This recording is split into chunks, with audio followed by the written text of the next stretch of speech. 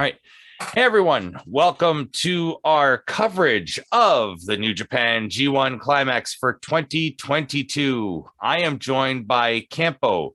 So this is going to be a fun little, he's over to my side. You know who he is. This is going to be a fun little series where we're going to go week by week, going through the G1 matches themselves, the actual tournament matches. We're not going to go through the fluff matches. And we're going to go week by week and do our breakdown of every G1 match during the week. This week, it's going to be night 1, 2, and 3. And next week will be 4, 5, 6, and 7, and so on and so forth until the tournament is over. So, Campo, we will start. I'm going to name off who we have in the blocks, and then we're going to get our picks on who do we think is going to win it, and who we think maybe some wild card winners, maybe like a spoiler. So I'm going to go through Block A, which you have Kazuchika Okada, Toriano, Bad Luck Fale, Tom Lawler, Lance Archer, Jeff Cobb, and Jonah. Who's your pick coming out of that group? It's Okada. Yeah. He's probably not going to take a loss. Yeah, he'll probably go undefeated in that block. I agree. I think it's Okada in that group as well. Block B, you have Jay White, Tamatanga, Taichi, Great-O-Khan, Ishii, Sonata, and Chase Owens. I think Jay White is going to take it, and I think if there's going to be a wild card, it's going to be this is a hard box. Like it is. I'll the just next say, one is harder, but I'll this say is Taichi. If there's going to be someone to be a wild card, I think it's going to be him. Oh, for the first box, I didn't even say it. I honestly think it'll be Jeff Cobb. If there's a spoiler, it'll be Jeff Cobb. Yeah, I could see Jeff Cobb doing that. Or we were saying off camera, New Japan is really high on Tom Lawler. It might be him and his denim booty shorts. Yeah, that's really weird. Yeah. So for me, I know you're picking Jay White, but Jay White is already the champ and he's already going to be main eventing. Yeah, so I'm not saying he's going to win the tournament. Yeah. He right now, it might seem awkward in the grand scheme of things, but he's the most protected wrestler in New Japan. Anytime he does Blade Runner, the fight is over. Yeah. It's one of the most protected finishers in New Japan right now. And it's also one of the easiest finishers to get off. He very rarely has like an 18 try match where it's like Kenny Omega. But or Rainmaker, right? But people like regular wrestlers, common day wrestlers are taking Rainmakers and kicking out. So it's like you can't, Yeah. I could see them. I don't think Jay White will win, but I can honestly see him even getting to. He won't make it to the finals, but he'll get out of this block. Yeah, it could be Okada and Jay White in the semifinals, and then Okada win the whole tournament, and Jay White going to face him at Wrestle Kingdom. Could actually be. I'm going to throw a name out there because he's a long-standing guy with the company, never won a singles championship, and for the spoiler, I want to throw a Tamatanga in there. Yeah, I think that's fair, and he wrestled really good in his match. So yeah, the one match we've seen so far. Block C, this is going to be a hard one, where you have Zack Sabre Jr., Aaron Hirane, Hiroki Goto, Kenta, Evil, Tetsuya Naito, and Hiroshi Tanahashi. Okay, well, I come here not sharing spoilers, but I know things now that you don't. And I'm going to say Naito is going to win the block. They will not stop preaching about this is his last chance. This is his last chance. So either that or they're going to make him lose the block and then they're going to create a fake situation where somehow he has to replace the person. Because I could see there's something brewing here where they want him to win the championship. Yeah. So as a last hurrah kind of thing. But it's weird because he's only 40. So what? No, he's older than that. He's not that old, man. He's younger than Tanahashi. Yes. Tanahashi's what, 46, 47? I think he's 45. Right now, but yeah. Anyways, I think he's going to beat Tanahashi. Naito is 40, yeah. Yeah, and he's going to mathematically eliminate Tanahashi. Oh, Tanahashi's my age, 45. Yeah, see, I was right. I don't know how I knew that, but hey, that's good. So I think Naito's going to win. Okay, this one I'm not going to have a spoiler guy. I'm going to say Naito and Zack Sabre Jr. are going to battle it out. And whether if Sabre Jr. wins, there's going to be some kind of stipulation where Naito gets in somehow, and either that or that's Naito the final. That's the final group match. Is Naito versus Zack Sabre Jr. And maybe Zack Sabre Jr. wins, but he gets injured, and then Naito gets in. Or it comes that he cheated or something. Like yeah, it could happen. But that would be Hiroshi Tanahashi. I don't see him. I don't think he cares anymore. Like his name is cemented, and he doesn't need the added respect. And why not? He's there to put some of the younger guys over. Exactly. And not to mention, he's still putting on good matches for them. And he also would be favorable to Naito having a final. Like, New Japan is not like other wrestling companies. Like, maybe AEW is a little bit like that, where everyone's friends with everyone. There's not really like behind the scenes rivalries, really. Right. There's no backstage heat. Yeah, it's all about the sport rather than to make each other look good together, as opposed to New Japan's been like that for like many years now. Yeah, but that is a tough division.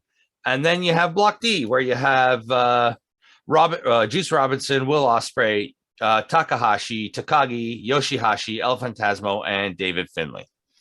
Will Osprey, undefeated. Yoshihashi is the spoiler. Really? You're going to go with Yoshihashi as the spoiler? I've been in all of the matches he's wrestled so far, including the what's only been the 3-on-3 matches. He's looked like the best person in all of those matches. That's true. Even in the non G1 matches. Yeah, he's really been trying to look good lately. Like he's turned his career around where he's actually like a pretty respectable quality wrestler at this point. He's no longer that joke character. Exactly. And I don't know. And again, the final match of that block is Juice Robinson versus Will Osprey, where Juice Robinson has the belt still, and Osprey is technically the champion. I'd love it to be Shingo, but I don't think it's going to be him. The Dragon Soul. I don't think it's really weird that he's on like he's a really good wrestler, number one. He is. But he's treated on that level with his character in the Tanahashi Naito category, where he's like so respected as the wrestler that he is. He doesn't need this. He rarely gets success in the individual from an individual aspect. He's always like part of a group doing something. Very true. But I think this was your chance to give it to him, really. But I don't think they not in a group with, because didn't he lose? He lost the first match, right? Who, Takagi? Yeah. Takagi, I think, is night 3. Shingo Takagi. No, Takagi won. He won his match. Who did he fight? Today or Saturday.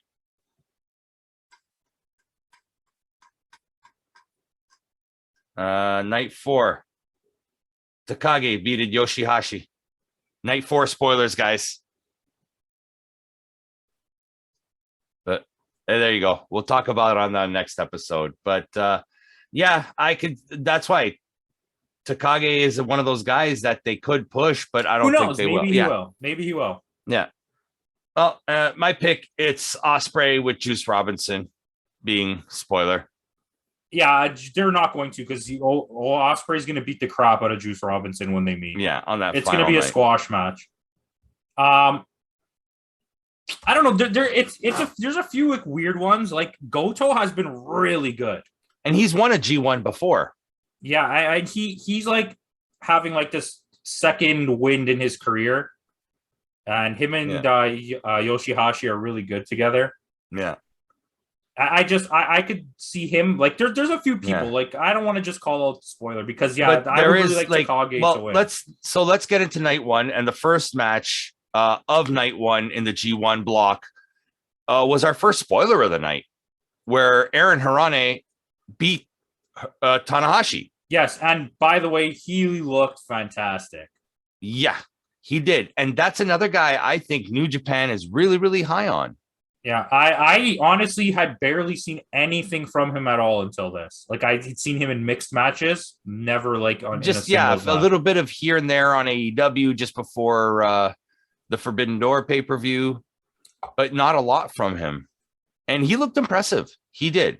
He looked very the way Kevin Kelly was talking about Tanahashi, it made it sound like, he's almost losing a step kind of thing, and that the young guys are starting to come up and take over kind of thing from him. So it was really good storytelling by Kevin Kelly. He has that perfect balance of youth and strength. What was your thought on that match? I just thought he was fantastic. I was very surprised that on the very first night, they took a win from Tanahashi. Yeah, after especially too, when he was coming to the ring, they were talking about this is his 21st consecutive G1 tournament. And he has the worst first round record or opening match record. I think it's like 4-17 or something like that. Yeah. Yoshihashi has the worst tournament record. It's like 13-39. But Tanahashi has the worst first match record. But I mean, there's your first upset of the night. The next match was Will Osprey versus El Fantasmo. Again, another quick match. Didn't last very long. It was pretty good. Yeah. For a short match. It was, but it's Will Osprey. Will Osprey's always going to have a good... Yeah. Like, I've never seen a bad match out of Will Osprey. Fantasmo is really good at just being in the ring with people. I can't stand the character at all. No. But I don't think he's that great of a wrestler, but I think he works really well with people. This is this is not for him to win the tournament. And it's not his tournament to win, but this is to show that El Fantasmo can make that step from the junior heavyweights to the heavyweight division. I think Gaijin is not going to win this tournament. A Gaijin. No. Not this year. No, it's going to be, I honestly it's going to be one of the Japanese guys. Yeah. Most definitely. The only, if, like you said, if there is a Gaijin, it's going to be Jay White. Yeah, and he's not going to win. Will Osprey has a better chance of winning the tournament. But Jay White, they're protecting him. He's their baby right now. He's their Hulk Hogan from NWO. Yeah, pretty much. Then we had, speaking of which, we have the aforementioned Jay White versus Sonata. It was a good match. Another good match, yeah. Sonata's really underappreciated. He is. Absolutely. At least in the North American market. This was more of a slower, like the other two matches were a little bit more high flying, more action. This was a more mat wrestling type of match. Yeah. Like more ground. It got kind of like it got really aggressive. That's why I liked it. It had like a brutality to it. Yeah. I like the little playing back and forth that they had between like the mind games that Jay White was playing on Sonata, where he would go in the ring and just the stupid little the chicken shit heel, basically. So good. Okay, so by the way, we made all our choices before we even watched this tournament, but on night 4, okay, I'm not going to give you a spoiler, but Juice Robinson just screaming swear words for the whole match, and the whole time Kevin Kelly's like, they're gonna get fined for him, and he's like, "Fuck her!" Like, we're like, what the hell's happened? Jay White has been doing really weird things like that too lately. I don't know if anybody noticed it. Where tonight, he's trying to get them to talk. He keeps trying to get everyone to talk because that's why he did the clapping thing. Yeah, they keep clapping, but he's like, "Say something." That was night 4, which we'll get into that when we review. He did it on this match too, where he at the beginning of the match, the match didn't start for so long. How long did this opening wait for? At least 3-4 minutes. Yeah, at least and tried to get them to say things because he's trying to trick. Because apparently they get fined if people say anything. Like if the crowd. Yeah, I don't know if it's this specific arena only or it's because of COVID protocols. They don't want people screaming. Makes sense. The last time when it happened, a bunch of people got fined because of it. That's hilarious. And I one of my notes here is Jay White knows how to play that heel character. Oh, he's so good. He solidified that character. You know what? Will Ospreay's really good too, but Jay White is like a special kind of heel. He's like top notch. Yeah. Like arguably the best in all of wrestling. Ospreay's more of a tweener because the crowd loves him. I think they love him too, but he kind of has this. He doesn't care that they love him. That's his attitude. Yeah. Where Jay White doesn't want anyone to like him. He's like, I'm an asshole. I don't care what you think about Osprey me. wants them to like him, but he doesn't care that they do like him. Do you know what I mean? He's Yeah. like, yeah, well, good for you. Yeah. I mean, another good match. And then 4 good tournament matches on the first night. This night was the best night so far. Yeah. Okada versus Jeff Cobb. It had to be. It's the this first match night. Was fantastic. Yeah. Okada versus Cobb was fantastic. And I'm not and I messaged you when this match happened too. I'm not a fan of Cobb. Like, I haven't seen enough of him to like him. I mean, we already know my feelings on it because I've just always felt really weird about them as a tag team. But this really gave me, this whole tournament so far has given me a lot of respect for Jeff Cobb, even watching him in the 3-on-3 matches. Great Okada, though, still a terrible wrestler. Yes. He's going to go winless in this tournament. Oh, I think so. Winless in this tournament. But it was a good match. Especially the fact that Okada going over, it made this first match loss to Cobb after going undefeated last year until the finals. It made this loss feel huge for Cobb. And got to give it up to Kevin Kelly. Even if he's by himself, he knows how to tell a story with 2 guys in the ring. You know what's funny? Do you know what's really funny? When he's alone, you don't even really recognize that he's alone until the days when someone else is there and you're like, oh shit, he's been alone this whole time. That's exactly what happened to me today. Because I was like, wait, what? I'm like, somebody else is there? Yeah. So and he's good, and he'll make it look like, especially like some of the Gaijin wrestlers, when they talk to him, you won't hear them, but you'll hear Kevin Kelly's response on the and that makes it even funnier. Him whenever he gets into an argument with Evil is the funniest.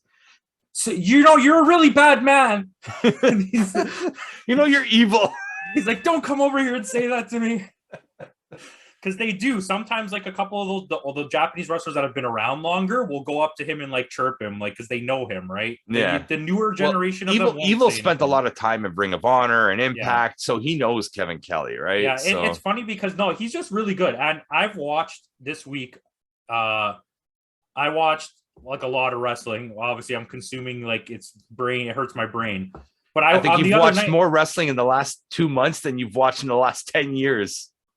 Easily, because I didn't watch any wrestling for 10 years. For like 20 years. And that's my fault. Sorry, guys. But like, I watched SmackDown and I watched Rampage, and then I came into this. So we're talking like in 24 hours, I watched all of that. And like, you could see the differences. And as of the recording of this episode right now, Death Before Dishonor is happening. It's on right now, which I'm probably going to go watch it as soon as I'm done this. But so like, I watched the free match, Allison Kay versus Willow Knight. WWE, the announcers are so focused on putting wrestlers over. That's all they do. They don't have any other purpose except to put wrestlers over. They barely call the matches. In AEW, they're very knowledgeable about everything that's happening in the ring. It's like watching like an actual sport where they're constantly, and they have good chemistry together, commentating, and there's a lot of different commentators that interchange, so it makes it fresh the whole time. It's like NFL. Like the NFL, you never get the same commentators for every game. You get different commentators. In AEW or in New Japan, he's not doing really either of those things. He's giving you like historical background on characters and where they've been around the world doing things, and it gives such depth to the storylines, because you're like, well, it's not that the storylines are good, but you know so much about the history of what's happening. Yeah, and it's like, that's why that loss that Jeff Cobb took to Okada felt so huge, is because how he was going on about Jeff Cobb, like going undefeated, and like it's little things like that that make it interesting. He combines the AEW and the WWE aspect with that thing that he does on his own so well that it's like you can't tell that he's trying to put over a wrestler. Everything feels organic. Where WWE's like, you better like this guy. Yeah. Or say how Carmella's the most beautiful woman. I don't want to talk about that. Put the mask on. Put the mask back on. Okay, and that was the end of night 1. Moving on to night 2. The first match it was a B block match, and it was Taichi versus Ishii, with Taichi going over. Yeah, I mean, And that's a thing. It was a thing, yeah. Ishii's just like this. He's just a big badass. I know That's you're really high on Taichi for this tournament. I am. But Ishii's like, his matches are so boring. Like Taichi or Ishii? Sorry, Ishii. Yeah, I don't think he's bad.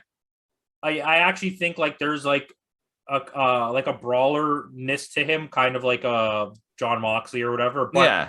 it's like even when you put him with a super talented person, it's just like a really boring match. He just feels like an underground fighter, like not a professional. He's like an underground street fighter kind of. He is a street fighter character, basically. Basically, yeah.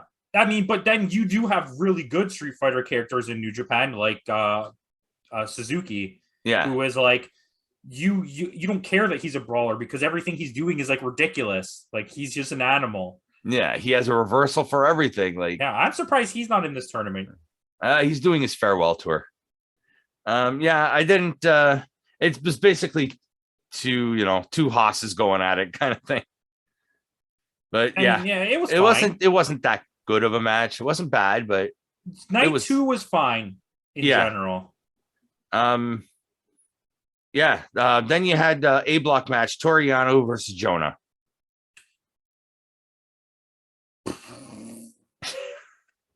This is like the last match anybody wanted to see in this whole tournament. But I mean, okay, so you'll see it when you get to night 4 because I know you haven't been there yet. But Toriano, and you've seen the night 3 things with it, and like there's a really good story building behind him where he's going back to, I don't remember the name of the group, where they all had blonde hair and they were like wild, like death match wrestlers. Yeah. So like there's a whole thing happening now where he's having like this breakout where he stopped being this goofy character, and I kind of like that. But I still didn't want to. But I mean, he did that he did that goofiness in this match. Like he's doing like all. It goes away after this though. Yeah, for everybody that's watching. He starts smacking him, and then he kind of cowers away, and he goes "Gomen nasai," which is I'm sorry in Japanese, right? He's like, he spent a lot of time trying to sell the T-shirt in that match. Yeah, I kind of like that T-shirt though. It's like the Napoleon on the horse. And the DVD, Kevin Kelly is just like saying, like, did he steal that DVD from the? You didn't buy that. Yeah, it's like he interacts with the guys in the ring that aren't interacting with him, and I love that. Then easily, this was what I thought. Like, it was the next 2 matches were really good matches though, which you had Zack Sabre Jr. versus Kenta in your C block match 3. Which it got good. I was. It really started off really with the slow. First half of it, I was like, "What the hell's happening in this match?" And then it just like rocketed into outer space. But they have a history together, so. And this is 7 matches in, and this is where I've noticed something that they've done at the beginning of every match so far. They brawl outside and throw each other in the barricades. Yes, so there's a whole theme to this event. Even in the 3-man matches, none of the matches start in the ring. As soon as it starts, everyone falls out. And they throw each other in the barricades, and then everyone comes back in the ring. Mm-hmm. There are a couple of really good uses of it. On night 3 when we get there, the 3-man match that had Okada and Yano. Yes, there was like some, and the chair. There were some good uses of the chair. Which is funny. If you notice in AEW and WWE, they don't use chairs. Did you ever notice that? They never hit anybody with a chair. Not over the head. They'll do over the spine, the back, or they'll do like a side hit. Yeah. But in New Japan, they're not doing it, but they make it look so much more like I'm killing you with this chair. If I hit you with this, you're gonna get hurt. Yeah. Yeah. It was a very technical match. Like I wasn't sure who's supposed to be. They're both heels, but Zack Sabre felt like he was the heel of this match. He definitely was the heel. Kenta is a heel in the sense that he's in Bullet Club. In terms of the fans, he's not really a heel. No. And I don't think he doesn't even give off that vibe either. Yeah. And once again, Kevin Kelly is like telling the story about how when Zach was Kenta's senpai, you know what I mean? Like, there's a long backstory. Yeah. And how Kevin Kelly just like got into it, and now Zach is like trying to break out of his shadow kind of thing. He's like, which is what master. I complained about to you in the beginning. Well, I didn't complain about it. I mentioned it that none of these matches have a storyline, so they're really having to build storyline in the matches or like leading up to later matches. Yeah. with like the Yano and Okada thing because they fought today, or like there's other little ones building, right? Like we know about Juice Robinson and Osprey, so when that happens. So yeah, I mean, but like I said, that's where your commentators come in, and Kevin Kelly so far has done a fantastic job of that. And it's so funny because like he was a WWE reject at one time. Yeah, that's crazy. Yeah, and like I don't know, he worked so well that night on Forbidden Door to have like I said this before, but how do you have two former WWE guys, an AEW guy, the Ring of Honor guy, and the New Japan guy all at a table at the same time?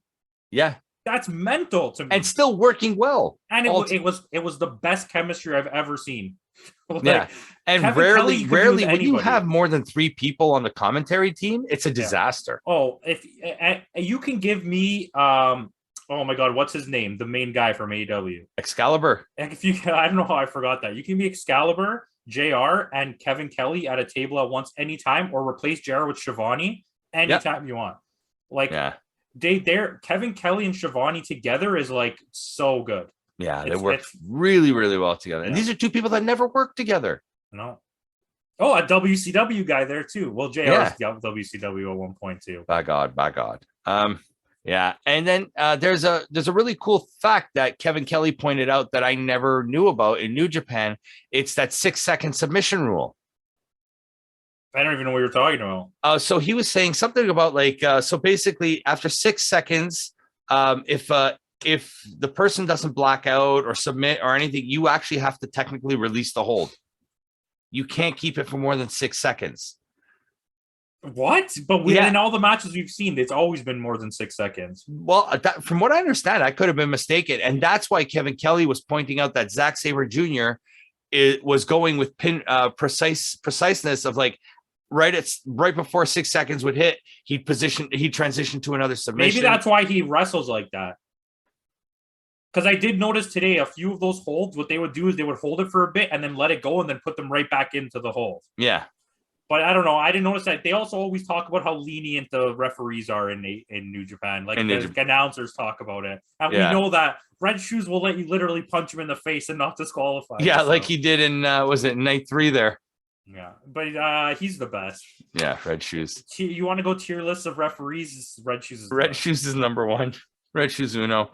Then you're going for it's the main Zack Sabre Jr. goes over Kenta, which no surprise there. Main event of the night was Juice Robinson versus Shingo Takagi. Good match. Very good match. Really good match. This is a guy in Juice Robinson that the WWE threw away. Like, I don't know if you remember him. He was CJ Parker in WWE. He was this dirty hippie with dreadlocks. Like, he was this whole save the planet hippie. Basically, the gimmick before Daniel Bryan? Yes, completely before Daniel Bryan. Look up CJ Parker NXT and you'll see like these dirty dreadlocks. Like, he was wearing like the round sunglasses with the tie-dye shirt going around peace, man. Maybe I you know what? Like, if I'm being honest with you, like I've said, right at the beginning of the John Cena era, I gave up on wrestling. Yeah. Oh, this was after 2002? Yeah, 2003. Like, it was basically right after The Rock and Stone Cold at WrestleMania, or The Rock and Hogan. No, it was Rock and Stone Cold, WrestleMania 19. No, what's Rock and Hogan? 2003, right? Yeah, maybe. That's the last time WrestleMania I ever watched 18. wrestling until now. WrestleMania 18, 2002. 2002. That was the last time. Yeah. But I was in Toronto. Yeah, it was here, yes. Yeah. Hey. And speaking of tickets, I got tickets to go see AEW Grand Slam in New York. Nice. September 21st. Picked them up today. Guy. $35. Not bad. Not a bad deal. I'm sitting on I'm facing the hard cam on the upper deck. At least you got the upper deck. Yeah. Because floors were $500. I wouldn't want to be in the back on the lower deck. No. I'm 3rd or 4th row on the upper deck. Yeah, that's awesome. Right before the corner of the ring. So that's dope. Yeah. I just happened to be in New York City that week. You got lucky. I got lucky. Yeah, going back to what we were saying though, Juice Robinson versus Shingo Takagi. Robinson goes over, but I honestly thought Takagi could have won that match. So Takagi does have a loss. That was what we were just talking about. Takagi does have a loss, but you're telling me he has spoiler, he won tonight. Or Saturday. I watched that. Yeah. But yeah, so he's 1-1. He's one of the few guys with 2 matches already under his belt. Okay. That makes sense. Because you had him with a loss. So I was like, what the hell? And he already has a loss. Yeah, I get it. But that's on next week's review. But yeah, like I said, Juice Robinson, he's really coming into his own with this character of his. Like, he's rock hard Juice Robinson. Yeah, but that's what I was gonna say. The way that in Japan, because it's not an English speaking country primarily, the names and the gimmicks of the people, anything that's in English can be like terrible things. Yeah, like the big dick stretch. Tokyo Pimps, his whole gimmick is like, whatever they're doing in English for him is like stuff that if the Japanese people actually knew what he was talking about, right? I'm sure it wouldn't be taken as like lightly on TV. You know what I mean? Yeah, it's like how they're getting away with all the curse words in English. Half of them don't know swear all the whole time, like loudly, really loud. Yeah, but half, I would say, half the audience doesn't know what they're saying. No, and you could tell it in the way that when Jay White's like insulting them, they're all just clapping for what he's doing. It's like, thank you. They don't even know what he's talking about. It reminds you of the character from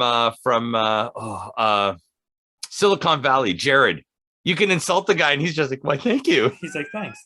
But yeah, obviously there's a lot of people that know English there, but it's just like, it's to the point where I guess the TV broadcasters don't care what they're doing.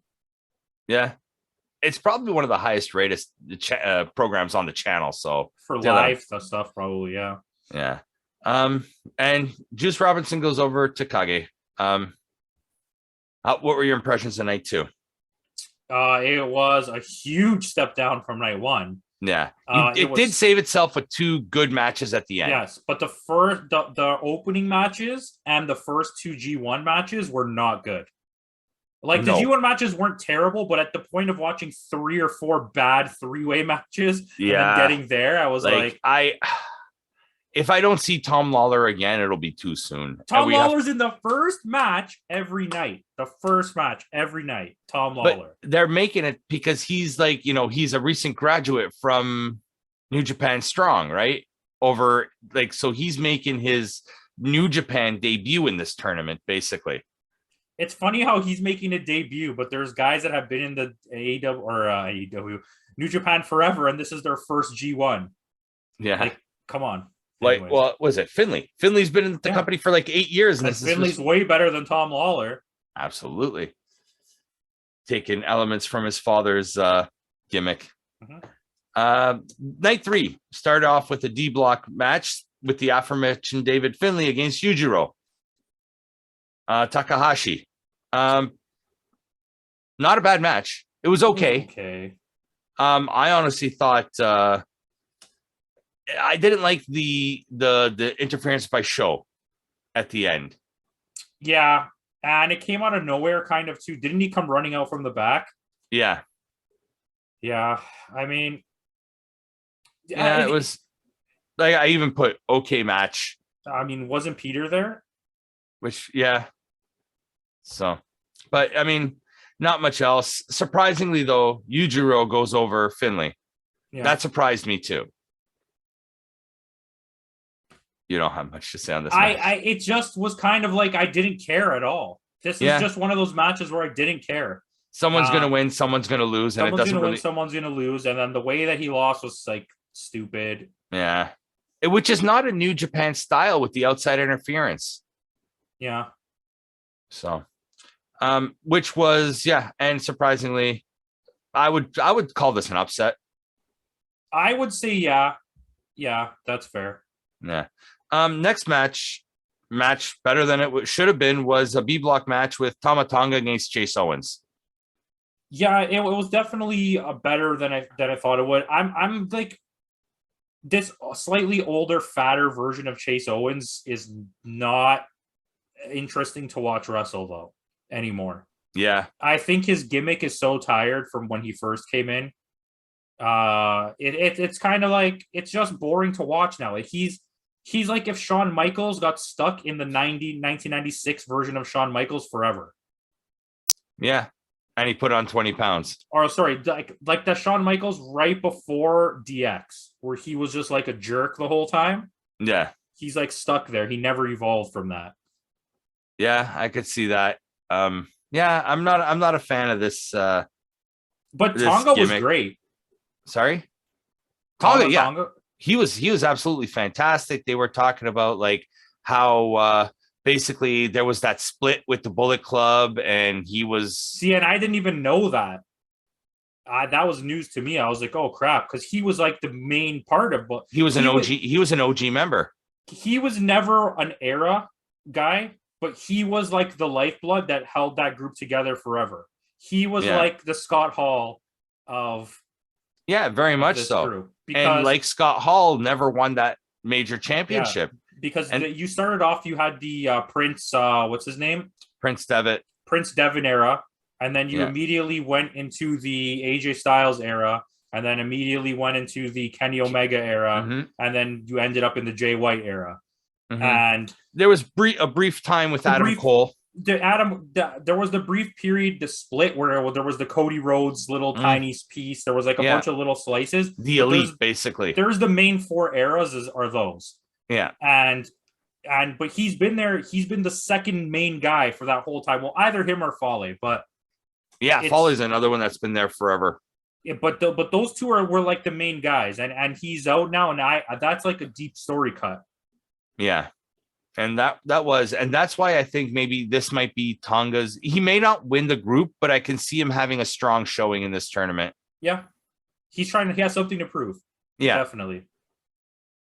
Yeah. And like I said, that was great. Like, again, I just love how like they do this like amazing sequence of moves and the crowd just like politely claps. They're like, New Japan takes getting used to because of the silence. Mm-hmm. Like the match starts off so quiet. I much prefer that silence to when you're in a small venue like a Ring of Honor or an Impact and nobody's making noise. It's so much more awkward because you're used to the American crowds making noise. You know what I mean? And when New Japan gets loud, it is very loud. It's ridiculously loud. It's just especially those Budokan shows. Yeah, but it's a different type of loud. But it's like it's a respectful loud, yeah, but it does get loud. Where Impact is like it's already not loud when they're being loud, so when they get quiet, it's like awkward with watching the wrestlers, and there's just like crickets. Yeah, but good match. I didn't mind it. Next we had a terrible match between Lance Archer and Bad Luck Fale. Yeah, I don't even want to talk about this. It was awful. Just tell them who went over. This is the second A block match in 3 nights that ended in a count out. Yeah. Because the Toriano that one was awesome though. Yeah. That count out was so smart. Yeah, but this one was not. Like within 2 minutes of the match, Fale's already like gassed. Like he to be honest with you, I've never really seen him wrestle in the singles match. And I don't think I've ever seen him actually wrestle in a singles match.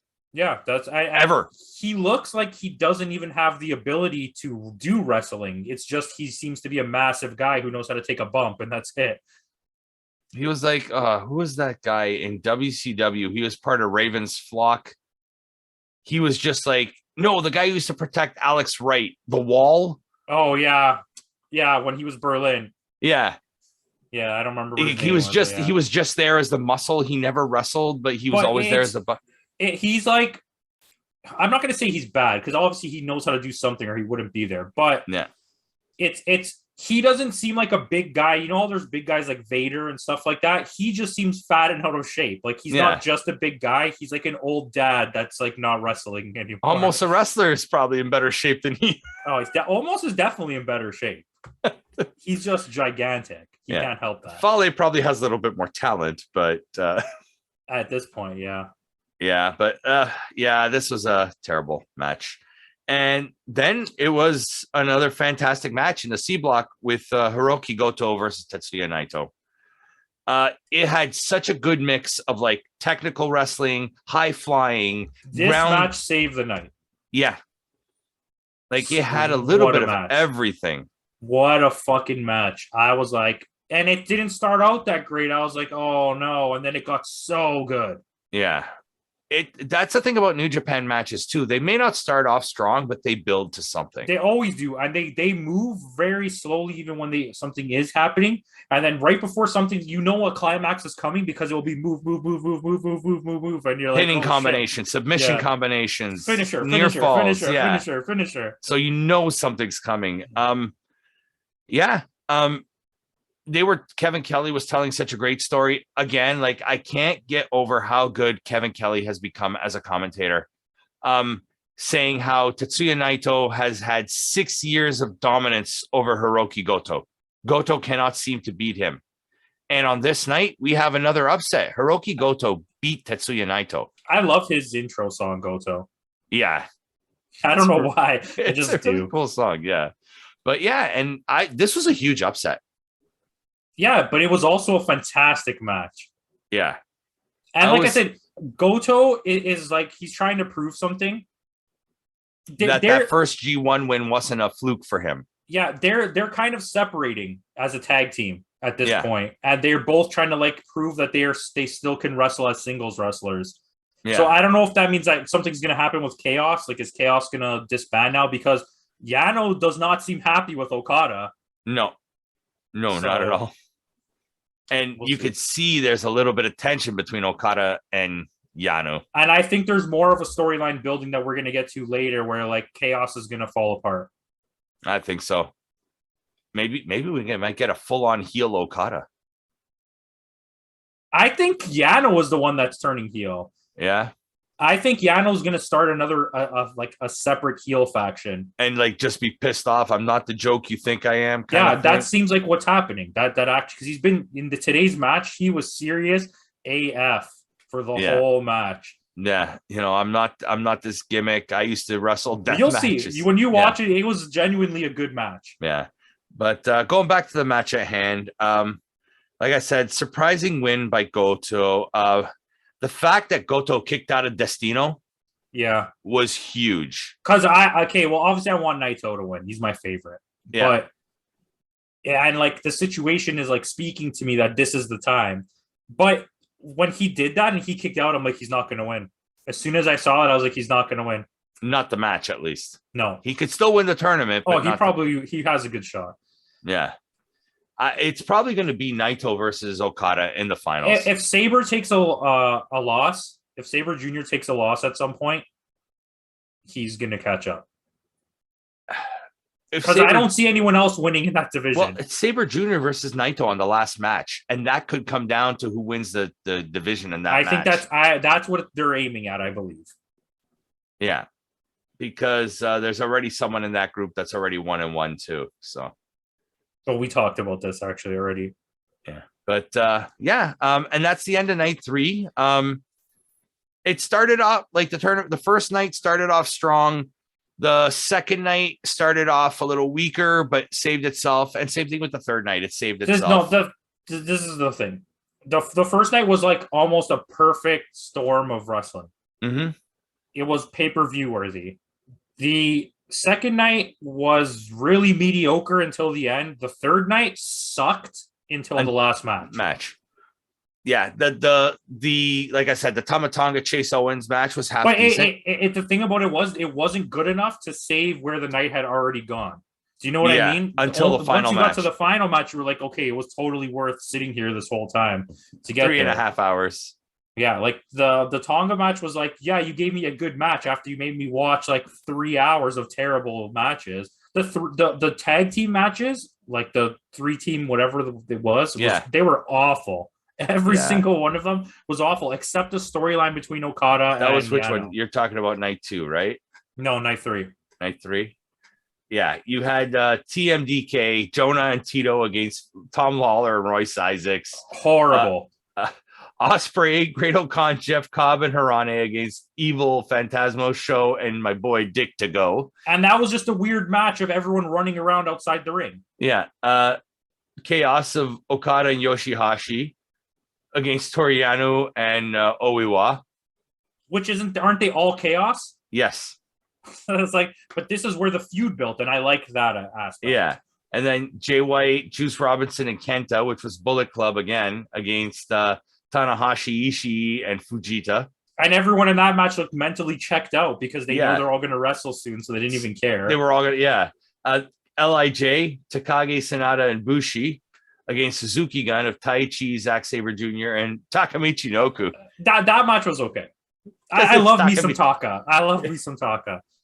The Michinoku driver is one of the nicest looking finishers. Yes, and the fact that this guy can still go at this age, and like, his stupid haircut, geez, like it's stuck in the 90s. It's just like, you know, when in Something About Mary, when she wipes her head with the jizz and her hair sticks up, it's exactly what it looks exactly like. What his hair is, except he has everything else shaved off. But yeah, and that was the end of the nights. I'm gonna post up. I'm gonna show you guys right now where our standings are. So as you look over on the screen over here, we have our Group A standings. This is standings after night 3. This is being recorded after night 4 has aired, but this is only the night 3 standings. You have Okada, Yano, and Fale all tied for first place in Group A. Archer, Cobb, and Jonah each with a loss. You have Jay White, Taichi, and Tamatanga each tied in first place with Owens, Ishii, and Sonata all with a loss. Group C, you have, surprisingly, Aaron Hirane, Zack Sabre Jr., and Hiroki Goto with wins. You have Naito, Tanahashi, and Kenta each with a loss.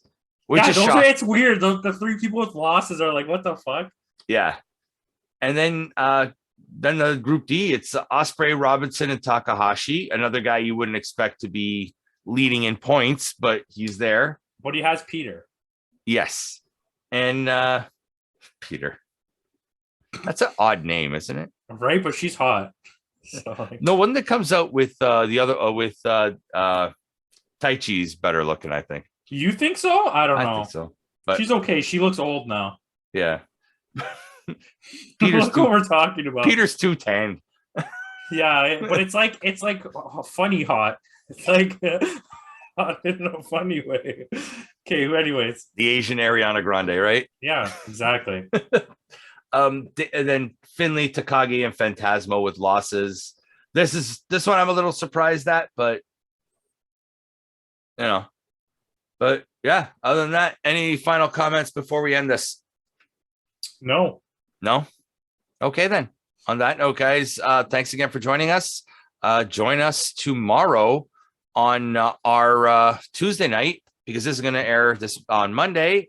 Join us Tuesday night, where Campo and I will have our review of Death Before Dishonor as well. So join us for that tomorrow night. It's going to be a long month of wrestling. So stay tuned, and hope you enjoyed, and we'll see you all next time. Campo, out.